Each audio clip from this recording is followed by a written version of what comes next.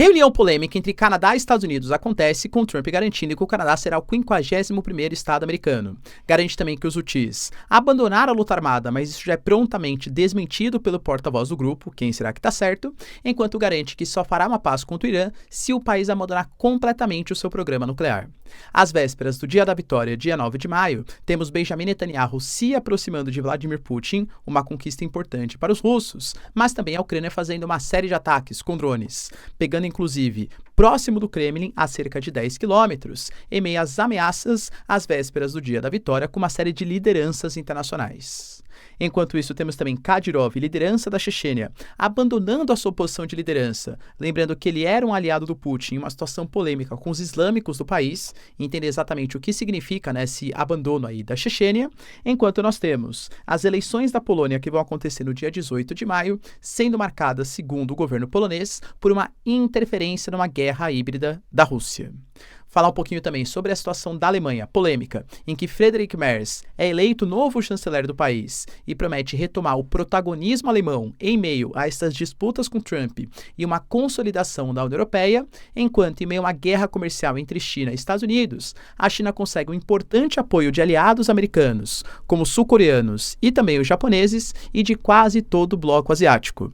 Já os Estados Unidos começam a fazer ali propagandas contra os chineses, alegando que eles estão falsificando documentações, falsificando dados, e que o crescimento foi muito aquém, muito abaixo do que é divulgado pelo Estado chinês, e a CIA, a campanha, a Agência de Inteligência dos Estados Unidos, começa a recrutar espiões junto ao governo chinês, divulgando isso para a sociedade internacional, e a China garante que, na verdade, os Estados Unidos estão tentando sabotar e se infiltrar no Estado chinês. Para finalizar, falar um pouquinho também sobre os planos da União Europeia, que vai tentar um acordo com Trump, mas já tem uma resposta caso esse plano não avance. Se vocês querem entender um pouco mais sobre esses assuntos, e muito mais também sobre geografia, geopolítica, atualidades, política, polêmicas, enfim, tudo para você se manter sempre bem atualizado, já se inscreve no canal, deixa seu like e compartilha esse vídeo, que o professor Ricardo conta muito com a sua ajuda. Belezinha? Pessoal, recado rapidinho da nossa parceiraça do canal. Galera, presta atenção, hein? Mês de maio chegou, mês das mães. E eu sei que você está desesperado sem saber o que comprar para sua mãe ou talvez para outra mulher, Enfim, que também possa ser uma pessoa especial na sua vida e também seja mãe e mereça um presente. E eu tenho uma dica sensacional que são as roupas da Insider, as melhores e mais tecnológicas roupas do Brasil e que ainda é parceiraça aqui do canal. Eu sei que eu falo bastante de roupas masculinas porque de fato elas fazem todo o meu guarda-roupa, tá? Sejam meias, cuecas, as tech t-shirt, por exemplo, que são modelos atemporais com grande tecnologia, só o calor do corpo já desamassa, tornando muito prática e extremamente confortável, mas você tem uma gama também de opções de modelo feminino, galera, sensacionais. Sejam blusas, calças, roupas íntimas de todos os tamanhos, modelos, cores aí variados, tá? Então, se você der um presente da Insider, eu tenho certeza que você não vai se arrepender. Ah, professor, mas não vai chegar em um tempo, não sei o que lá. A Insider, ela tem um frete, galera, extremamente rápido, então eu recomendo, inclusive, tá? Link na descrição, que você consulte ali as condições de tempo de frete e tal, mas eu tenho certeza que se você correr, vai chegar a tempo, porque a Insider está garantindo isso para vocês. Claro, consulte, no site ali o tempo de frete esperado. Belezinha? Então, pessoal, o link na descrição, cupom Prof. Ricardo, e além do preço especial que tem no site, você ainda ganha mais 15% de desconto. Corre lá, aproveita, como a roupa para você, ou claro, para pessoa especial, que é a sua mãe, ou qualquer outro presente aí para uma pessoa especial para você. Bom, galera, então bora lá pro vídeo, Como eu trouxe para vocês na introdução, hoje nós tivemos um pronunciamento conjunto de Mark Carney, que é o primeiro-ministro canadense, que foi eleito recentemente pelo Partido Liberal com uma proposta completamente assim nacionalista, anti-Trump, anti-intervencionismo, e o presidente americano.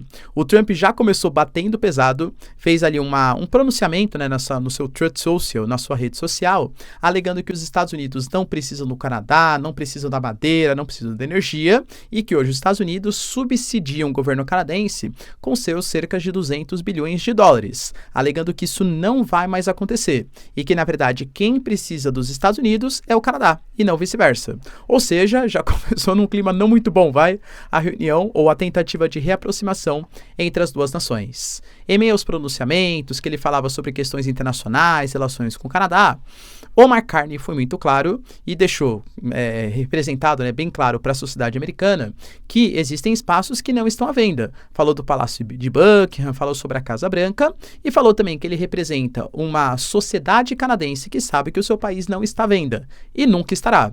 E aí o Trump, esperou ele terminar sua entrevista, ali seu pronunciamento, falou assim: never say never, O jeito do Trump, deu aquela risadinha e tal, never say never, ou seja, alegando que sim, um dia o governo canadense poderia ser, aliás, o território canadense, o 51º estado americano. E a Mark Carney desesperado, não, never say never, enfim, Então ficou uma discussão ali entre os dois líderes, mas assim, o Trump deixou na cara do Mark Carney que é a intenção do governo americano, de fato, tomar o território canadense.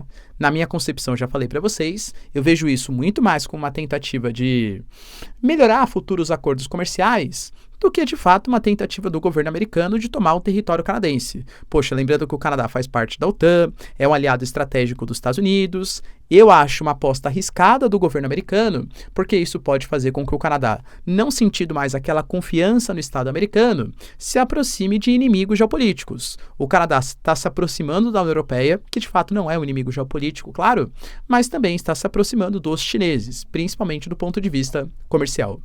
E ainda nessa entrevista, ele fez um pronunciamento bastante importante. A gente sabe que nos últimos dias, o governo americano fez uma série de ataques contra portos, posições do Iêmen, e o Iêmen fez um ataque com míssil balístico pegando próximo ali do aeroporto de Ben Gurion, em Israel. Israel, junto aos Estados Unidos, responderam a esses ataques e fizeram ataques contra o porto de Udeida, atacaram também outras posições, como o próprio aeroporto em Saná, que é a capital do país, também fortemente influenciada pelos Houthis, grupo iemenita. E aí o Trump falou que depois de muita negociação, houve um ponto de convergência entre os dois e os Houthis se comprometeram a parar de atacar os navios no Mar Vermelho, colocando isso, claro, como uma vitória dele. Os Houthis não demoraram nem 2 horas para, a partir de um porta-voz, deixar bem claro que isso é mentira, que eles não vão deixar de atacar posições no Mar Vermelho por conta dos ataques israelenses, nem dos ataques americanos, que os Houthis vão continuar apoiando a causa palestina, principalmente ali o Hamas. Em relação ao Oriente Médio também, a gente sabe que está numa disputa de um futuro acordo nuclear, Irã e Estados Unidos. É fato que uma reunião ia acontecer no sábado passado, ela foi desmarcada de última hora e ainda não marcaram um novo momento, um novo encontro para negociações para um novo acordo nuclear, mas o Trump já foi bem enfático, até depois de uma pressão do próprio Benjamin Netanyahu. A gente só aceita um novo acordo com os iranianos se esse novo acordo com o Irã prometer o desmantelamento total das forças nucleares iranianas. Ou seja, o Trump não quer saber de fiscalização, de limite de enriquecimento de urânio. Aparentemente, o que ele quer é que haja o fim das centrífugas, do processo de enriquecimento de urânio, porque não confia no regime iraniano. O Irã já falou que abandonar suas armas e abandonar o seu programa nuclear, que ele alega que é para fins pacíficos, não vai acontecer. Enquanto estamos, às vésperas do dia 9 de maio, que é o dia da vitória, segundo o governo russo, o governo soviético, ou russo hoje, mas a antiga União Soviética, no contexto de final da Segunda Guerra Mundial, o Putin, ele, vamos colocar assim, reconquistou o antigo aliado? Reconquistou é muito forte. Mas eu sempre trago para vocês que a relação entre Israel e Rússia é uma relação no mínimo polêmica, porque do ponto de vista diplomático, poxa, os dois têm gravíssimos inimigos. Enquanto a gente tem, por exemplo, Putin sendo um aliado do antigo governo Bashar al-Assad, um aliado do Irã, por exemplo, Israel é totalmente contrário à ação desses países. E Israel também, por exemplo, tem algumas parcerias com os Estados Unidos, com a União Europeia, enfim, que também não fazem parte muito da diplomacia russa. Eu diria que são dois grandes titãs geopolíticos que geralmente não entram em conflitos diretos, embora do ponto de vista de uma guerra indireta, uma guerra de procuração, quase sempre estejam de lados opostos. E a gente sabe que a Segunda Guerra Mundial é muito simbólico, tanto para Israel, país dos judeus, quanto, claro, para a União Soviética. E nos últimos dias, os Estados Unidos, o próprio governo Trump colocou que a história não pode ser reescrita, que o principal responsável pela derrota do exército alemão em meio à Segunda Guerra Mundial foi, de fato, os Estados Unidos. A Maria Zakharova, que é a representante das relações exteriores, o Putin e uma série de lideranças russas viram isso com péssimos olhos. Poxa, até a comemoração do dia de quem venceu a Segunda Guerra Mundial é diferente, parte do Ocidente e parte do Oriente. Então, essa aproximação, segundo os dois líderes, foi a tentativa de preservação da memória do real desfecho da Segunda Guerra Mundial, já que os americanos tentam desprezar o papel do Exército Vermelho e existe grande parte da comunidade internacional que tenta negar o horror, enfim, né, que aconteceu ali com os judeus. Além disso, os dois países aproveitaram e discutiram temas sobre o Oriente Médio e também questões que permeiam as relações bilaterais e militares com Rússia e Israel. Ou seja, aproveitaram para fazer uma espécie de aproximação entre dois países, que têm um respeito mútuo aí até que importante. Enquanto isso, a Ucrânia, que vem fazendo uma série de ameaças, falou, olha, a gente não aceita o cessar-fogo proposto pelo Putin, que vai ser do dia 10 até o dia 11. Então, ataques podem acontecer, a gente não pode garantir a segurança, porque a gente rejeitou essa proposta. Não podemos garantir a segurança dos 29 líderes chefes de Estado que farão, aparentemente, né, pode ser que tenha alguma Guinness-Mark ou coisa do gênero, mas que farão a visita. O próprio Lula, por exemplo, vai em comitiva tanto com a sua esposa, mas também com o Davi Alcolumbre, com outras lideranças brasileiras, já que vai participar do Dia da Vitória, vai se reunir também presencialmente com o Putin e depois tem uma cúpula junto aos chineses, cúpula da CELAC China, né, os representantes ali da América Latina. A Ucrânia fez ataques com mais de 100 drones e vários desses drones conseguiram ter relativo sucesso, sendo que um conseguiu chegar até Moscou, ficar a 10 quilômetros aproximadamente do Kremlin. Isso, na minha visão, claro, é uma tentativa clara de, vamos colocar, do ponto de vista geopolítico, amedrontar as lideranças que podem ir para esses espaços. Até porque, por exemplo, um dos principais alvos que foram dispostos nesses drones lançados pela Ucrânia foram os aeroportos. De 4 dos principais aeroportos do país, 3 foram fechados por conta desses ataques ucranianos. Ou seja, às vésperas do dia 9 de maio, é uma tentativa de intimidação contra lideranças internacionais. Será que vai rolar um ataque, galera, no dia 9 de maio na Rússia? Ponto pra gente ver. Enquanto isso, também tivemos a notícia que Ramzan Kadyrov, para quem não sabe, a atual, ou agora ex-atual, liderança da Chechênia, abandonou as suas posições. É tudo muito nebuloso, não falou exatamente quais foram os principais motivos, mas, segundo as suas palavras, ele mesmo está pedindo demissão e o novo líder fará suas próprias ações, terá sua própria visão e ele espera que esse pedido de demissão seja aceito. Por que isso é muito relevante, né? O Ramzan Kadyrov, ele é filho da ex-liderança da Chechênia, que era o pai dele, né? Também conhecido como Kadyrov. Vale lembrar, galera, que a região da Chechênia é uma região muito sintomática de um fracasso russo na década de 90. Sim, nós tivemos o fim da União Soviética em 1991 e ali com o governo Boris Yeltsin uma série de crises se instalaram.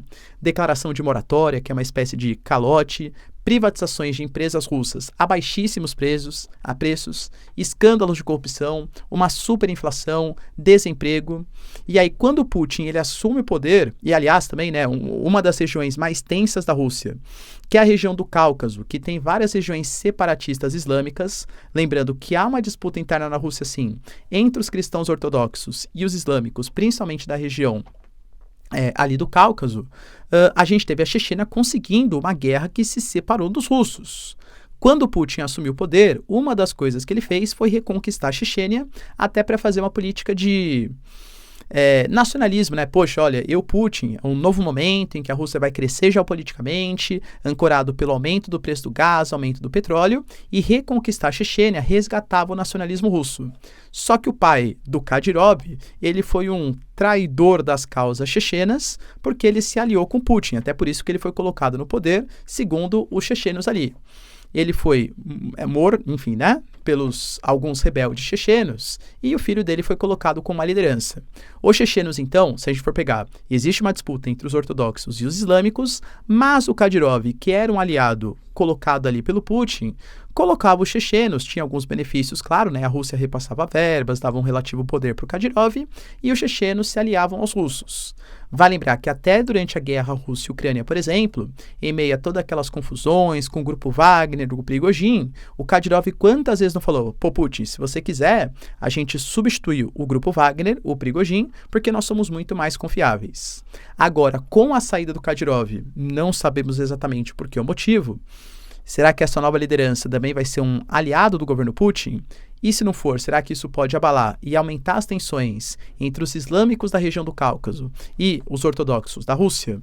São questões que se colocam e o Putin pode perder um aliado importante ali no território russo.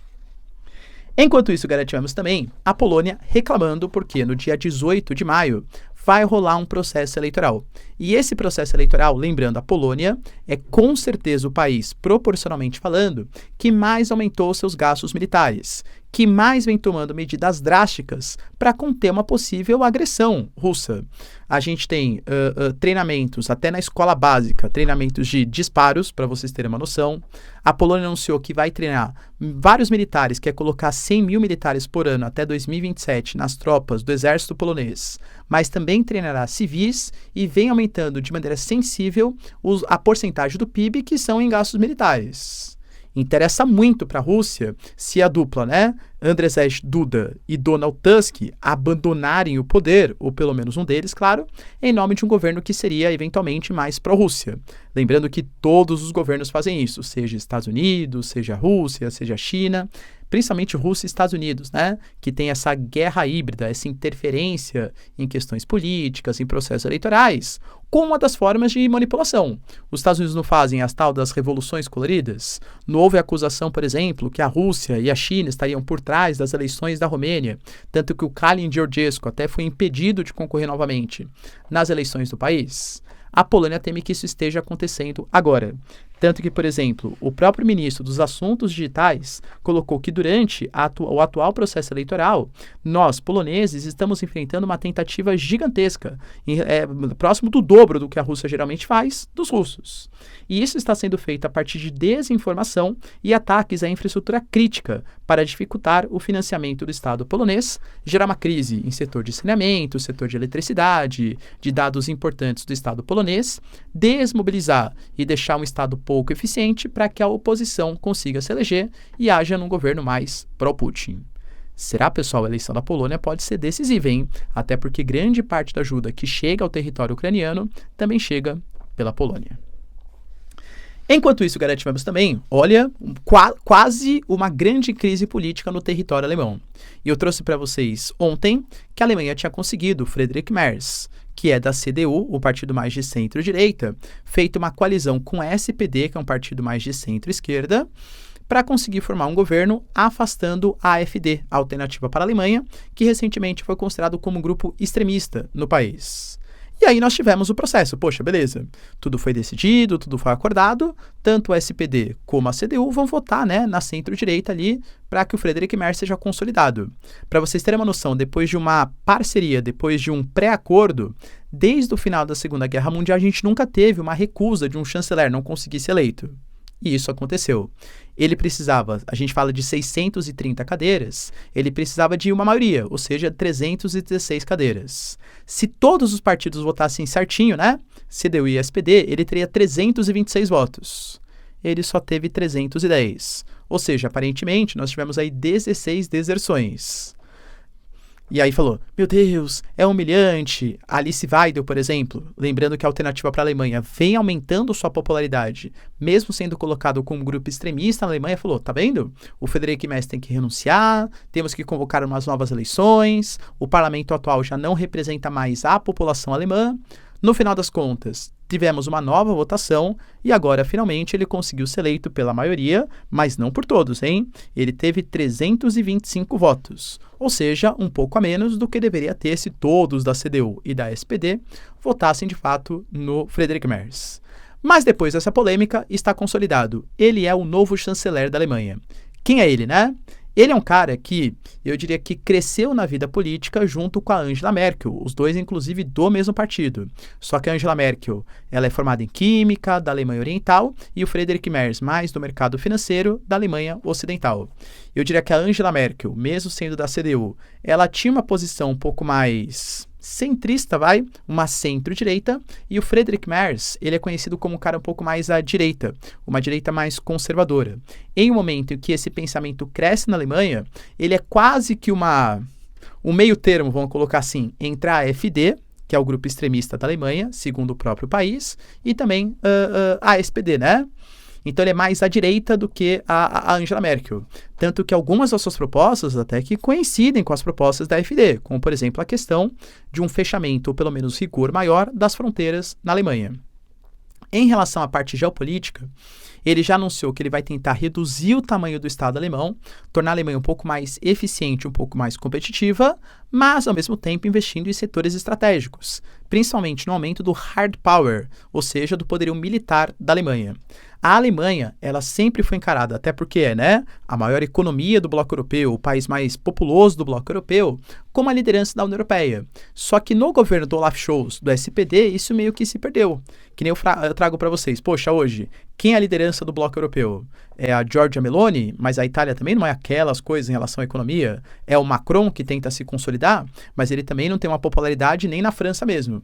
Então, Friedrich Merz, ele vai tomar, né, ou vai tentar tomar de novo o protagonismo da Alemanha como principal intermediador, interlocutor junto ao Putin, junto ao Trump, o representante da União Europeia, aumentando os gastos militares, promovendo uma reforma e fazendo com que a Alemanha seja uma grande potência militar. Mas, de novo, não gosta muito dessas interferências do Trump em processos eleitorais, não só na Alemanha, mas em todo o continente europeu, e também reclama da postura do Trump e dos Estados Unidos de retirarem apoio da Ucrânia, retirarem tropas da Alemanha, da Europa Oriental. Então, eu diria que ele vai tentar fazer a Alemanha, make a Alemanha great again, né? Ou seja, quase um MAGA, não, tô brincando, né? Diferente. Mas, assim, vai tentar retomar o protagonismo da Alemanha em meio a uma mudança importante geopolítica no continente europeu. Em relação à guerra comercial, nós tivemos o Trump falando que nesse momento a China não está muito afim de negociar, mas que ele espera que isso aconteça no futuro próximo, mas a China conquistou um importante avanço, uma importante medida. Eu já vinha tratando com vocês que depois de 5 anos sem uma reunião presencial, China, Japão e Coreia do Sul tinham se reunido e pretendido colocar uma resposta conjunta contra o governo americano. E isso de fato aconteceu. Os 3 países fazem parte do ASEAN, que é um bloco econômico que tem os 3 países mais 10 outras nações, e eles divulgaram um documento que promete ações conjuntas contra o governo Trump. Poxa, galera, entendam o peso disso, hein? Coreia do Sul e Japão são rivais geopolíticos dos chineses. Para eles aceitarem se mobilizar, fazer relações mais próximas, eventualmente até de alguns produtos livre comércio, e prometer uma resposta conjunta contra o governo americano, sendo que a China é o país que mais faz respostas graves contra o governo americano, é porque há um sentimento de cansaço e de desesperança desses países. Então, é uma medida importante, porque mostra uma tentativa de união contra o governo americano por parte dos países asiáticos, mas o Trump também alega que existem vários países que querem negociar. Alegou, por exemplo, que o Narendra Modi, primeiro-ministro da Índia, prometeu fazer um acordo de livre comércio em relação a aço, produtos farmacêuticos, peças automotivas, numa mostra que alguns países se aliam e outros se separam do governo americano. E se guerra híbrida é pouca, né? É bobagem, ou seja, interferências são regra nesse mundo geopolítico contemporâneo, os Estados Unidos divulgaram, na verdade, o Wall Street Journal, né? Mas claro que tem o pezinho ali do Estado americano, tudo tal. Algumas informações sensíveis e preocupantes sobre a China, alegando que os dados chineses são mentirosos, que eles super exageram dados do PIB, que eles minimizam o desemprego de jovens, que eles minimizam ou não mostram os reais dados sobre o mercado imobiliário, por exemplo, chinês, que é super importante para a economia do país. E o próprio Wall Street Journal colocou que hoje o PIB, desemprego de jovens e os dados do setor imobiliário têm uma metodologia que não é transparente. Colocando, por exemplo, que a China ela tem um objetivo, uma meta de um crescimento mínimo de 5% do PIB por ano. E foi isso exatamente que a China cresceu ano passado. Mas, segundo o governo americano, a Goldman Sachs, agência de investimentos, analisou alguns dados que foram liberados e, pela metodologia americana, a China só teria crescido um pouco mais de 3,5%. Alguns outros institutos americanos alegaram que, na verdade, não. É até menos. A China cresceu pouco mais de 2% só. Ou seja, a China está tentando mascarar uma crise que já existe na economia chinesa. E aí, pessoal, é verdade? De novo, numa guerra híbrida, vale todo tipo de ataque. A própria CIA, presta bem atenção, hein? Divulgou um vídeo, recomendo que vocês procurem, não vou colocar aqui porque fere os princípios, né, da nossa plataforma, mas procurem vídeo da CIA recrutando espiões. Sim, a CIA divulgou um vídeo e toda uma construção ali, né? Aparentemente é um membro ali do Partido Comunista Chinês, não sabe exatamente, né, se é mais jovem, mais velho, enfim, aparentemente existem outros parceiros que ali estão, e a todo momento ele tá meio assim, né, parece que ele tá sendo perseguido, que existem membros do Partido Comunista que estão possivelmente ameaçando membros da sua família, e aí, basicamente o que o vídeo fala palavras, tá? Olha, é muito comum que as pessoas desapareçam na China. O que mais preocupa, o cara falando do vídeo, né? É que o destino da minha família está ligado ao meu. E se algo acontecer comigo? E se algo acontecer com a minha família? Na prática, é a CIA fazendo uma política de recrutamento de espiões. E eles querem autoridades chinesas. A China já vem investindo bastante em contramedidas contra táticas de espionagem, até porque no mês passado a gente teve, segundo o Estado chinês, tá? A informação que uma autoridade chinesa estava ali cooptando, roubando informações secretas da China e compartilhando aquilo para os Estados Unidos ou para outros países. O próprio Estado chinês respondeu a esse vídeo falando que, na verdade, isso é uma confissão dos meios desprezíveis que os Estados Unidos utiliza para conseguir os seus objetivos, que os americanos, na verdade, querem infiltrar e sabotar o Estado chinês, que é uma violação grave dos interesses nacionais da China. E, de fato, cara, professor, mas está certo, né? Porque tem que espionar o Estado chinês. É um Estado que eu acho que ele é muito fechado, não sei o que lá. Vou imaginar que fosse o oposto? E se o Estado chinês divulga um vídeo sensibilizando autoridades americanas a roubarem dados confidenciais do governo americano e vender para o Estado chinês? Ou propaganda, vem aqui, hein? Se mobilize, venha trabalhar para o Estado chinês, vamos roubar, vamos espionar o Estado americano. Como será que os americanos responderiam a isso? Será que seria visto da mesma maneira pelas autoridades ocidentais? Entende? Então, assim, é gravíssimo de fato você publicizar que você quer que pessoas de outro estado roubem informações sensíveis. Isso é uma violação grave da soberania nacional. Em meio, de novo, a uma negociação de uma guerra comercial entre as duas maiores economias do planeta. E para finalizar, pessoal, a União Europeia, por meio da Comissão Europeia, vai apresentar na quarta-feira uma proposta para os Estados Unidos que fala de uma tentativa de reduzir o superávit comercial com os americanos a partir de mais investimentos europeus nos Estados Unidos e também o fim do que eles chamam de políticas políticas protecionistas não tarifárias. Que seria, Estados Unidos, não vou comprar seus produtos porque desmata o meio ambiente, porque tem hormônios acima do permitido, porque superexplora a mão de obra e vários outros protecionismos que não envolvem questões financeiras. Só que, claro, existe talvez a recusa dos Estados Unidos. E segundo a Comissão Europeia, ele já tem um plano. E esse plano fala em 100 bilhões de euros em tarifas de negociação, de tarifas estrangeiras, caso as negociações não deem certo. Ou seja, a União Europeia alega que vai conversar, mas se o governo Trump se recusar, está pronta a sobretaxar o governo americano. E aí é mais um aliado que se debandeia contra a economia dos Estados Unidos. Beleza, pessoal? Deu para entender os principais acontecimentos? Se vocês curtiram o vídeo, então, já deixa seu like e se inscreve no canal. Tamo junto, beijos, abraços e tchau, tchau.